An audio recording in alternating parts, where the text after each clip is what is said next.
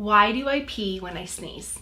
I love answering this question, and mostly because I feel like there's a lot of miscommunication as to why we might pee when we sneeze. And the reason that I think that happens quite a bit, to be quite honest with you, is because I just think there's this narrative that's going around and around and around that, yes, you pee when you sneeze, it's because you had kids. But what I often like to think about is that you having kids doesn't change how your muscles function with your legs, right? Because when you're pregnant, you carry around a lot of weight that you didn't necessarily have to carry around before. That doesn't give permission to those leg muscles to say, yes, I'm going to take a break. I'm just going to give out every time that you get up. That would be so silly, right? But when I hear people say, oh yeah, I sneeze because when I sneeze, I leak, that's because I had kids. I am so sorry. That's not exactly it. Now, I will go into a myth busting episode on another day where having kids does not necessarily wreck your pelvic floor. In fact, many of my patients come back with an even stronger pelvic floor than what they had ever had before. So using this idea of, yep, I had kids, that's why I sneeze, or when I sneeze, I pee. So I think it's really important to first and foremost understand one of the jobs of the pelvic floor because it has many. So first and foremost, your pelvic floor has over 12 muscles and there are 3 layers. And it does not look like the hammock that so many people have led you to believe. Some people will say, oh yeah, it's like those muscles, they start at the front and then they loop around to the back and it's a whole big hammock. It's actually more of a house, but that's not what I'm here to talk to you about today. Those muscles, one of their jobs is anytime it perceives that downward pressure, so like when we sneeze, achoo, our pelvic floor muscles tighten up against our urethra, the hose that is what allows the urine to exit our body. And so when those muscles squeeze against that urethra, it shuts it off. Or think of it this way with me for a moment. I'm sure you have been out in the yard and you've had a hose on and the water's coming out and it's either wrecking the flower bed or someone's yelling at you to turn it off and you're like, I know, I'll get to it. And you can't get to the spigot quick enough to get it turned off. And then next thing you know, you step on the end of the hose. That's essentially what that pelvic floor is doing, is it's you stepping on the end of that hose. And that's important because imagine if, going back to those legs, if your legs were weak because you had babies, because you had to carry around a lot more weight than what you typically did, well, is your leg going to be strong enough to step on that edge of the hose? That's so silly, isn't it? But that's the same type of thinking that I feel like goes along with having leakage just because you had babies. Your leg is still strong enough, pregnant or not pregnant, for you to generate enough pressure to put your heel or put your foot on that hose with running water to turn it off. And your pelvic floor is the same, whether you've had kids or not.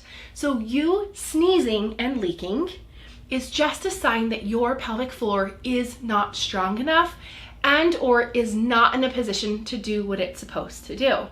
And so when I hear someone say, yes, I leak when I sneeze or when I cough or what have you, what that is telling us is that we need to get to work to ensure that your muscles are doing what they're supposed to do. Now, that is not Kegels. Why is that not Kegels? Well, I don't know any other muscle group in our body that we squeeze and relax and squeeze and relax when we have a problem. Now, when we have a problem, let's say with our shoulder, or maybe we just continue with this leg analogy, if I'm walking around and I'm having a lot of problems with my leg, whether it's hurting, whether it's giving out, whether it's, think of something that maybe you've had a leg problem before. I've had lots of knee pain and hip pain in my life, and I have noticed that like sometimes walking very far distances became a problem, or running far, whatever it might be. If you had someone tell you, okay, I just need you to lay there with your leg, and I just want you to squeeze all the muscles and relax, and squeeze all the muscles and relax, what do you think you would think? Like, if that was the plan, and they said, yep, okay, go ahead, go along your merry way, and you just continue doing that.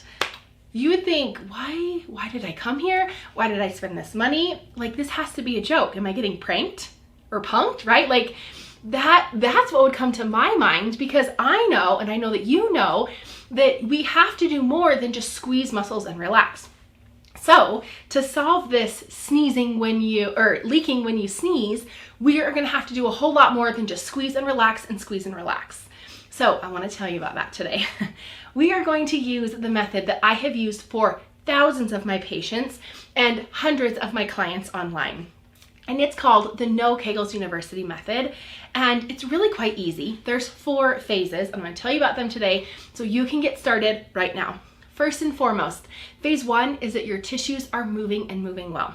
Phase 2 is that your pressure system is intact. Phase 3 is when we start strengthening using what I call the VAB3 principles. And phase 4 is maintenance mode. So listen with me here for a moment. First and foremost, as we consider phase 1, the reason that our tissues need to move and move well is because we cannot strengthen our muscles unless they are in a position to move throughout their full available range of motion. This is important because we want to make sure that, like our arm, for example, if I'm doing this, I can get my arm stronger if I had weights, of course. But if I only have this much motion, and if you're listening in the podcast, I'm just wiggling my arm just a little bit compared to the whole big thing. That is important because there's no way you're going to get strong enough if you aren't using that full range of motion. If you're just using a little bit of that motion that you have available, those muscles are never going to be strong. They're never going to be functional. They're never going to help you do what those muscles were initially designed to do. So when we start considering, okay, well, what's happening with our pelvic floor? Well, here is what I want you to consider. Those tissues have to move. Where this can become an issue is if you have experienced a lot of negative emotion. Meaning, if you have stress, if you have anxiety, those are the types of emotions where that pelvic floor is going to tighten up and potentially be tight. It's different for everyone, but it's a consideration that I think it's an important step to take with this. The other piece here is that if you have had issues with hip injuries or knee injuries or ankle injuries, because if you are limited in any of those joints, chances are very high that those pelvic floor muscles have followed those particular muscles' lead previously, whenever this time was, and those pelvic floor muscles might have become tight because maybe they were not considered in the whole host of the issues that were coming up with that hip or knee or ankle injury at the time. So if that's you, then this is where getting these tissues moving and moving well is going to come into play. So of course there's stretching, of course there's working on the muscles. And then the other piece that I want to say here, especially if you have had babies, is to ask yourself, well, did I tear or did I have an episiotomy? And if the answer is yes, then this is for you specifically. Because scar tissue doesn't stay local and it can impede how those muscles are working or not working. So it's very important to ensure that we are doing a good job so that we can get those muscles moving the way they're supposed to, and then start asking them to be strong in phase 3. Phase 2 is our pressure system intact. Now, this gets a little sciencey, but all I want to say here is that it is so important that we ensure that our pressure system is doing what it's designed to do. And the piece I'm going to tell you here, and I will leave that training in the link below, but balloon breathing. Lots of people will call it diaphragmatic breathing. They will call it 360 breathing, but I feel like many of those techniques leave out, at least in the instruction, not that it needs to be part of the name, but they'll leave out the piece where they're talking about, okay, well, that pelvic floor has to drop with that breath. And that pelvic floor does not need to be told or activated or tightened when we exhale. So a lot of people will teach, okay, as we inhale, the belly's gonna blow up. I don't know if everyone teaches this. I've seen it excluded sometimes, is that pelvic floor, they may or may not mention that pelvic floor has to drop too. So the premise is that as we inhale, belly blows up like a balloon, pelvic floor drops. When we exhale, balloon deflates, or our belly deflates, and our pelvic floor gently rises. I have seen people teach that we have to tighten our pelvic floor muscles on that exhale. That part has always confused me because We don't have to tell our body how to breathe. So why are we telling what muscles to contract when we're supposed to be breathing, which is a natural and physiological thing? If our muscles aren't tightening, they're just gently returning, then we should let them gently return. We should not tell them what to do. So as you're doing this balloon breathing and trying to mimic this should all be very passive and gentle. I like to think of waves moving up the sand, moving down the sand, moving up the sand, all very gentle. Phase 3 is strengthening through VAB3 principles. And this is just taking a look, these VAB3 principles, they're just taking a look at the way in which the pelvic floor works naturally and physiologically.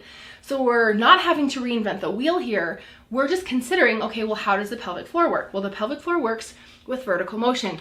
We already talked about that in the beginning of this video and episode. The A is for above the pelvis. So anytime we load something above the pelvis, I like to simplify that and just think of like an arm, putting an arm overhead. It's going to increase the load and the tension down through the pelvis, which is going to make that pelvic floor work. Isn't that the best news? Then B is for below the pelvis, and that is where that principle, do you remember when I brought up in that phase 1 when I said, if you have had an issue with hip, with ankle, with knee, whatever our hip is doing or not doing, that pelvic floor is going to follow. So in phase 1, this is where it begins to be the most important, or I shouldn't say the most important, but a really important piece that we miss. If you have a history of hip stuff, knee stuff, ankle stuff, that is going to end up showing up. That's why we want to take care of that in phase 1. But we're also going to use the B for below in the VAB3 principles, because whatever the hip is doing or not doing, it's going to decide what the pelvic floor is doing or not doing. That's the best news, I think. And then the 3 is all 3 planes. So the pelvic floor is the only group of muscles in all the body that has fibers that run in all 3 planes, meaning front to back, side to side, and then diagonal or rotational.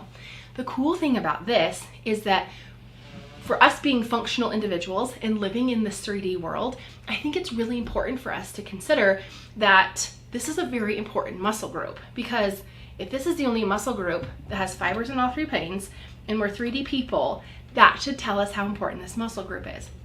So the VAB3 principles is really just using bits of those pieces inside the VAB3 to help create or hold an exercise up against to consider that that pelvic floor is working. And then phase 4 is maintenance mode. That's just ensuring that everything you did in phase 1 and phase 2 and phase 3, you're kind of just circling around. Now, this is not the place for me to tell you exactly how to do all of this, so I want to offer to you, I have included a free training in that entire method in the show notes below, and I would love for you to grab it. And if you are confused, well, I don't know what I need help with, or I'm confused about the training, then be sure to check out the Your Pelvic Floor's Next Step form. If you take just a few minutes and fill that out, you will get a personalized response from me telling you your specific next step that you need to do. And those have become some of my most very favorite things to do inside of my business and inside Beyond the V and No Kegels University, because these are the messages that I'm getting from women saying, I have given up all hope, and then I heard your method and I have just a little bit of hope left, because the way you do it is so different than what I've heard before, and it just gives me hope. And that is what I want for you. I want you to have hope. I want you to not only have hope, but I want you to have success, and I want you to have progress, and I want you to have the outcome that you want. Now, we've talked a lot today about why we leak when we sneeze. And while that might seem, oh, it's not that big of a deal, I just have to cross my knees and hope that it doesn't catch me off guard, or I just have to make sure that I empty my bladder before I'm out in case I sneeze. These are the types of things that I personally feel like, and I've seen it weigh on my patients, I've seen it weigh on my clients.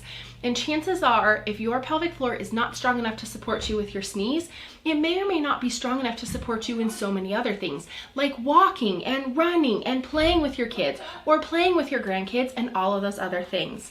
And so with that, I want to encourage you to at least go grab that free training, fill out that Your Pelvic Floor's Next Step form, and you will get a personalized response from me. And with that, remember, you're an heiress and a queen and everything in between. See you in the next one.